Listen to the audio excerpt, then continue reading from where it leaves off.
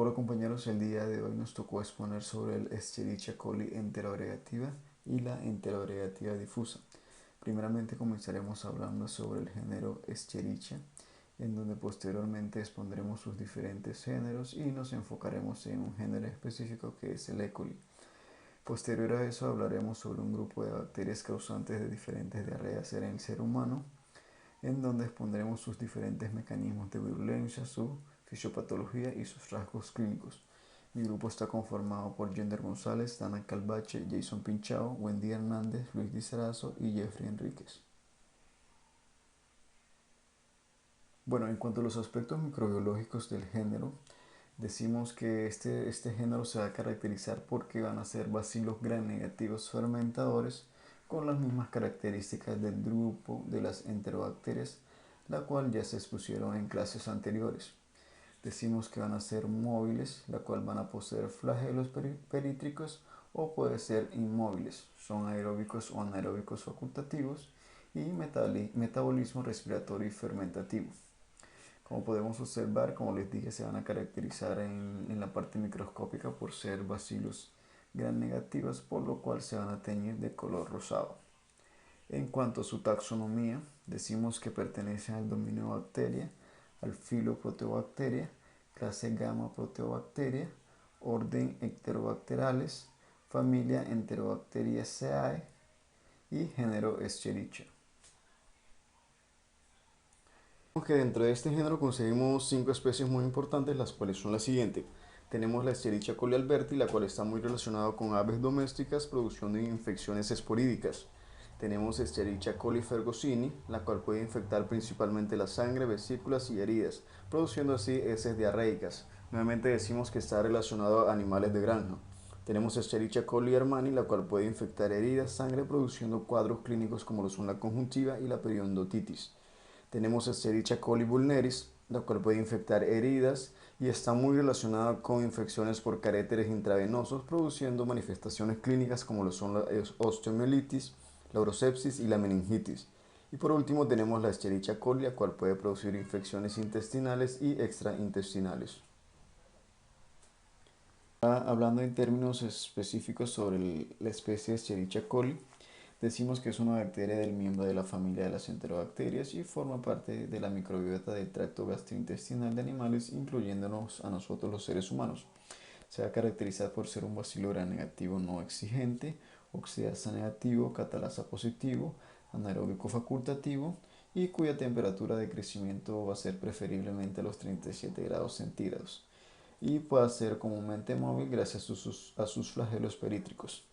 Decimos que mayor parte de las cepas van a fermentar lactosa y otros azúcares, van a producir indol a partir del triptófano y el tracto gastrointestinal sintetizan lo que son las vitaminas K.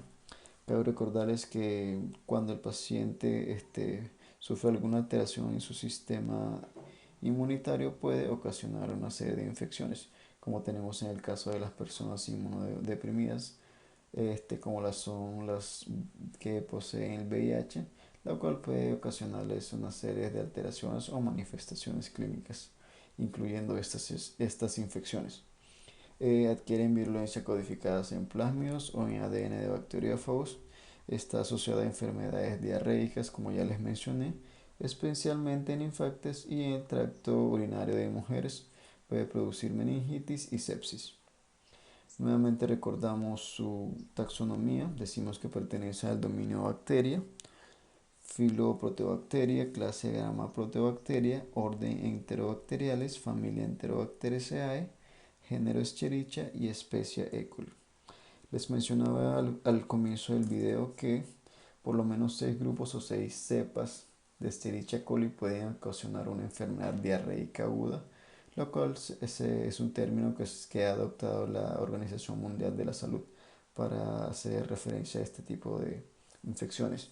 Entonces, dentro de este grupo vamos a tener la Escherichia coli enterotoxigénica, la cual se va a abreviar con ESET.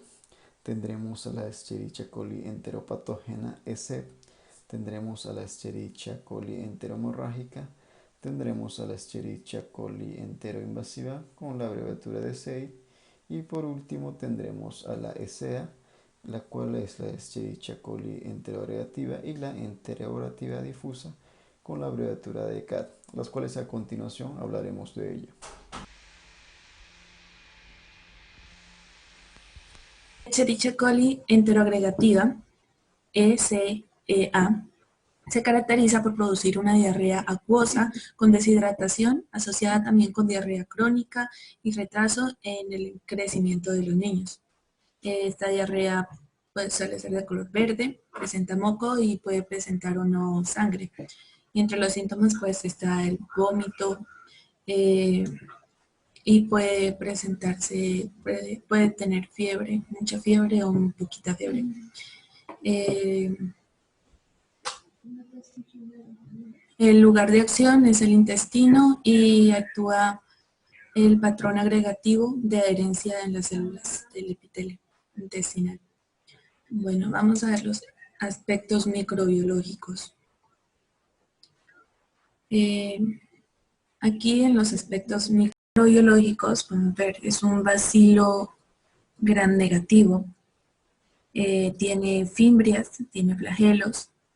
Esto, en la taxonomía, que ya la explicó anteriormente mi compañero, podemos ver que en este caso el patotipo es Escherichia coli enteroagregativa, la cual se caracteriza por tener un patrón agregativo de adherencia en las células epiteliales del intestino. Y también se caracteriza por porque al reproducirse forma una apariencia de ladrillos apilados, como lo podemos observar ahí. Como podemos observarlo aquí también.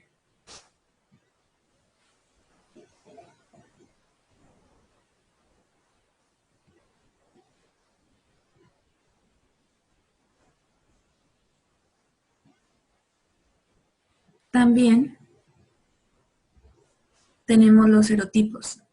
Los serotipos más comunes son O3H2 y O44H18, pero también están estos y hay otros que también se pueden presentar.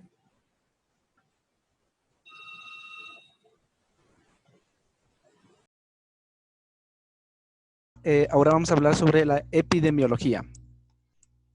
Escherichia coli enteroagregativa, implicada en la diarrea aguda y crónica viajeros, principalmente se da en niños, recién nacidos y menores de 2 años.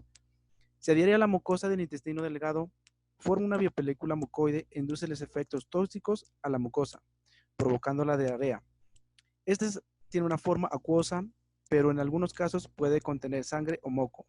Esta puede durar 14 días y ya que es persistente, acompañada de vómito, deshidratación y febrícula.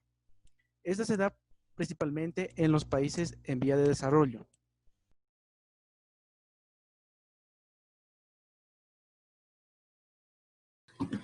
Como factores de virulencia de colonización tenemos las fimbrias. Estas fimbrias son las encargadas de la adhesión, tienen una adhesión agregativa. Tenemos a las fimbrias de adhesión agregativa tipo 1 y 2, que son parecidas al pili tipo 3, como lo vemos aquí, al pili tipo 3. Estas son codificadas por el plasmido 65 MDA. Estas fibras son reguladas bueno, tienen un regulador específico y tienen un regulador general, los cuales controlan la temperatura para mejorar la adhesión de estas fibras. Las fibras se adhieren al epitelio de forma agregativa a las células HEP2. Bueno, por otra parte tenemos las toxinas. Aquí tenemos a la toxina termostable interoagregante, EAST, la cual altera el transporte de los iones causando secreción de líquido por el daño del epitelio. Tenemos a esa toxina, a plasmidotoxina codificadora, la cual inhibe la síntesis de proteínas, por lo que esta se adhiere pues, al epitelio por medio de las mucinas. y pues inhibe la síntesis de proteínas del epitelio. También tenemos a la proteína involucrada en la colonización intestinal. También como su nombre lo dice, pues nos ayuda a la colonización intestinal, que es otra de las toxinas importantes en este proceso.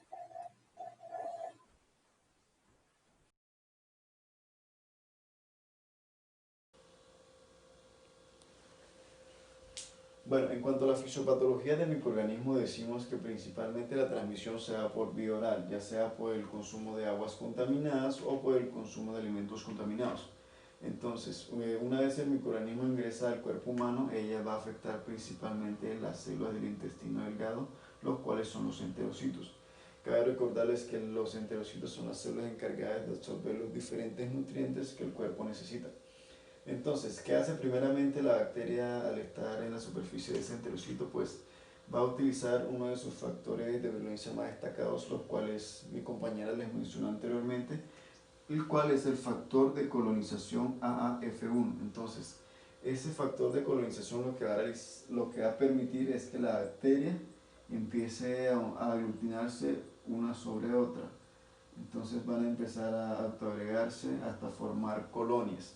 Entonces, una vez formadas las colonias, le va a permitir a la bacteria formar una biopelícula.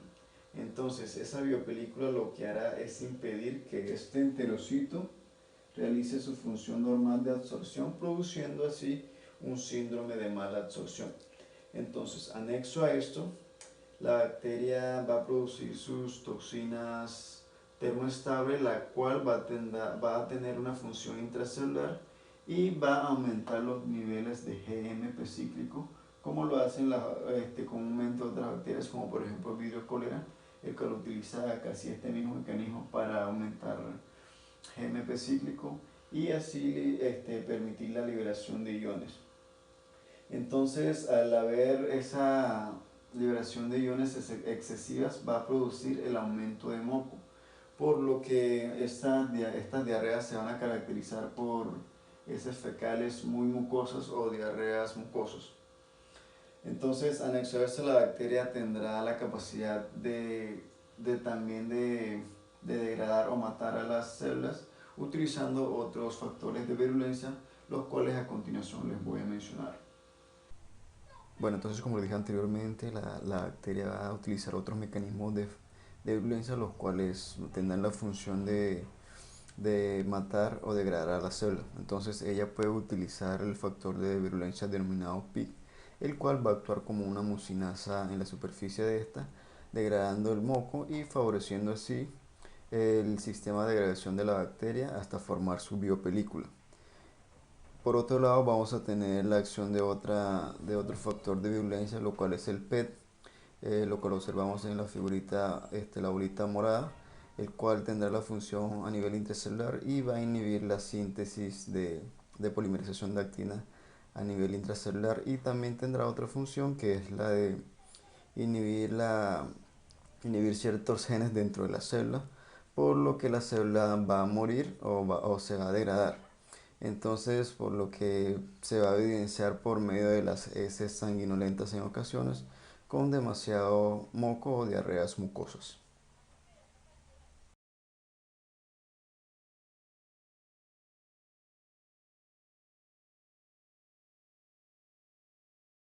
Rasgos clínicos. Entre los rasgos clínicos tenemos retraso en crecimiento de niños y se da porque pueden invadir las vías urinarias e incluso llegar al cerebro produciendo meningitis. Tenemos que se asocia a diarrea crónica, y esto es por la adherencia agregativa citotóxica produciendo un proceso inflamatorio gastrointestinal.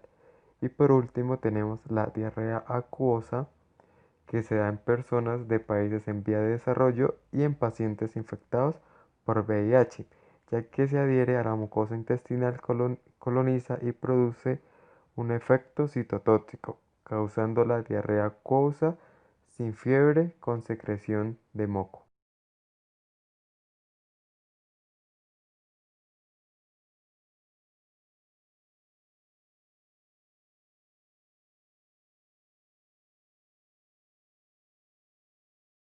continuación hablaremos de Escherichia coli de adherencia difusa. Dice que esta cepa fue descubierta en 1984, la cual dice que se diferencia de los demás patotipos que presenta Escherichia coli. Esta presenta unas generalidades en el cual dice que causa diarrea en niños de 1 a 5 años y también en adultos. Dice que pues se desconocen sus mecanismos de transmisión y es importante en países desarrollados, ya que dice que pues en estos países se da una gran mortalidad de los niños de 1 a 5 años y pues su investigación es más a menudo. Dice que pues esta también pues produce diarrea acuosa y sin presencia de sangre y su diagnóstico se da por el patrón de adherencia. Para la epidemiología dice que pues predomina en niños preescolares, pequeños y en lactantes. También dice pues que esta se adhiere a las células epiteliales en un patrón difuso en casi toda su totalidad. Esta pues dice que afecta a niños inmunocomprometidos o en mal estado nutricional y todavía pues no se ha demostrado por qué se da en adultos y en niños mayores de 5 años. Dice que pues asimismo cumple un papel controversial, ya que dice que a veces se presenta esta en los niños y no causa diarrea.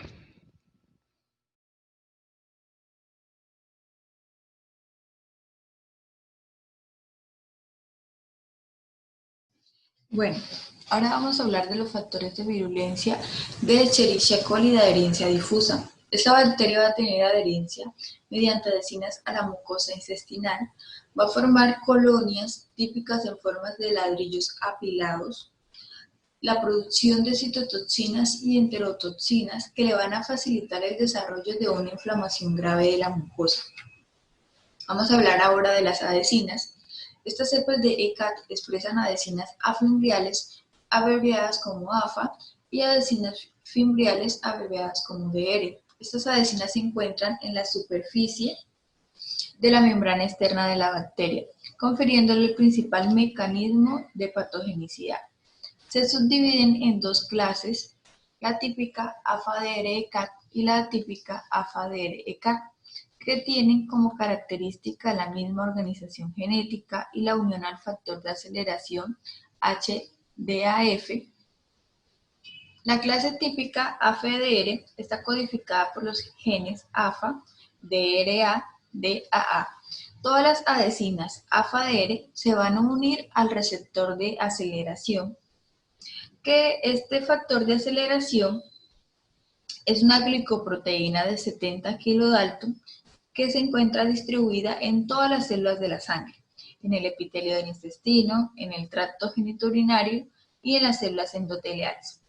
Este factor de aceleración tiene como función regular la cascada del complemento en el paso de la convertasa C3 y cumple un papel importante en la interacción entre el patógeno y las células del hospedero para favorecer así la infección. Se conocen dos adhesinas principales de ECAT que permiten la adherencia al enterocito. Tenemos la adhesina fimbrial 1845, que pertenece a la cepa C1845 de tipo silvestre, que tiene como receptor al factor de aceleración, provocando así el alargamiento de las microvellosidades. Es decir, cuando la adhesina fimbrial tiene contacto con el receptor del factor de aceleración, se induce el alargamiento de las microvellosidades. Tenemos también a la adhesina involucrada en la adherencia difusa, AIDA1, que pertenece a la familia de autotransportadores de membrana externa de 100 kilodalton y se ha encontrado en la cepa O126H2128. Estudios in vitro demostraron que las bacterias se adhieren de forma difusa a las células EP2.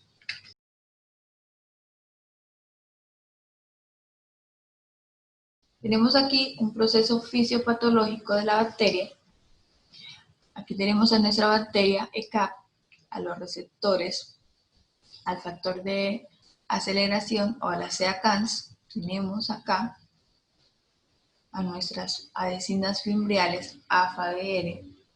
Entonces, cuando estas fimbrias tienen contacto con el receptor del factor de aceleración, lo que van a hacer es que, como ya dije, ocurre el alargamiento de las microvellosidades, pero también va a provocar la activación de la quinasa CRC, la cual es necesaria para la movilización y organización del factor de aceleración alrededor de las bacterias.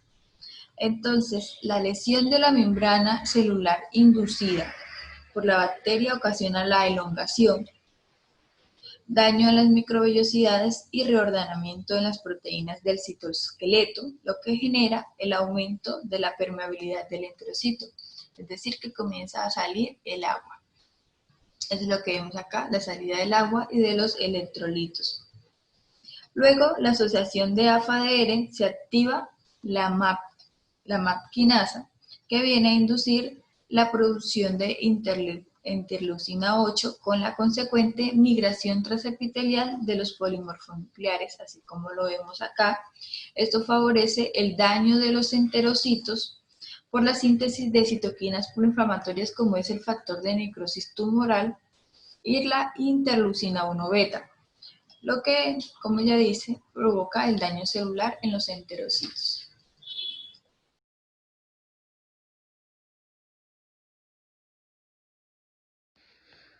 Los rasgos clínicos de las cepas de Escherichia coli de adherencia difusa. Dice que pues se han asociado más a procesos diarreicos de tipo agudo y persistente en niños de las edades de 1 a 5 años que en adultos. Dice que pues en los adultos, al igual que en los niños, pueden ser portadores asintomáticos. Para tener en cuenta que los principales síntomas que se produce es una diarrea líquida o acuosa, sin sangre y sin leucocitos. Al no ser tratada esta cepa o detectada a tiempo, dice que pues me va a llevar a unas ciertas complicaciones, el cual es una diarrea persistente, donde se va a observar una deshidratación y una acidosis metabólica, en el cual pues es por causa de mucha pérdida de agua y pues de electrolitos. Y eso sería por toda nuestra presentación. Muchas gracias.